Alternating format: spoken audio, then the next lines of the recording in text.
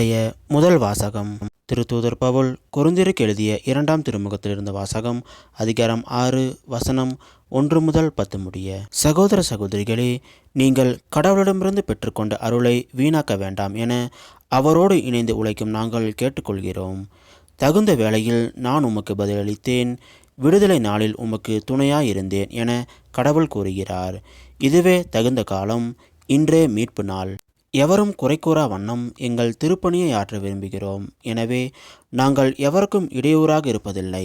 மாறாக அனைத்து சூழ்நிலைகளிலும் நாங்கள் கடவுளின் பணியாளர்கள் என்பதை எங்கள் நடத்தையால் காட்டுகிறோம்.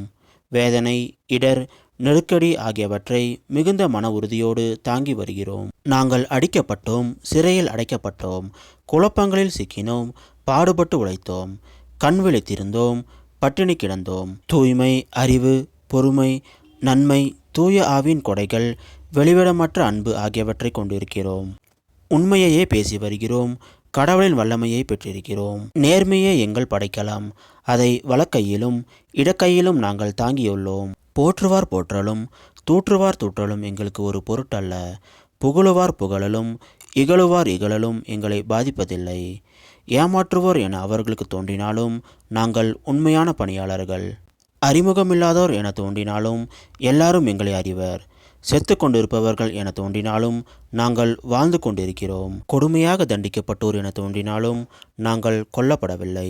துயருற்றோர் என தோன்றினாலும் நாங்கள் எப்போதும் மகிழ்ச்சியாக இருக்கிறோம். ஏழையர் என தோன்றினாலும் நாங்கள் பலரை செல்வராக்குகிறோம். எதுவும் இல்லாதவர் என தோன்றினாலும் நாங்கள் எல்லாவற்றையும் பெற்றிருக்கிறோம். இது ஆண்டவர் வழங்கும் அருள்வாக்கு. இறைவா, உமக்கு நன்றி.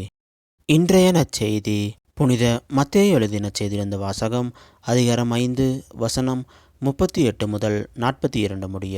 அக்காலத்தில் இயேசு தம் சீடர்களை நோக்கி கூறியது, கண்ணுக்கு கண், பல்லுக்கு பல் என்று கூறப்பட்டிருப்பதை கேள்விப்பட்டிருக்கிறீர்கள்.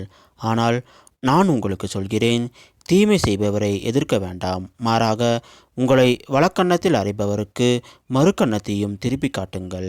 ஒருவர் உங்களுக்கு எதிராக வழக்கு தொடுத்து உங்கள் அங்கேயே எடுத்துக்கொள்ள விரும்பினால் உங்கள் மேலுடையையும் அவர் எடுத்துக்கொள்ள விட்டு விடுங்கள். எவராவது உங்களை ஒரு கல் தொலை வர கட்டாயப்படுத்தினால் அவரோடு 2 கல் தொலை செல்லுங்கள். உங்களிடம் கேட்கிறவருக்கு கொடுங்கள்.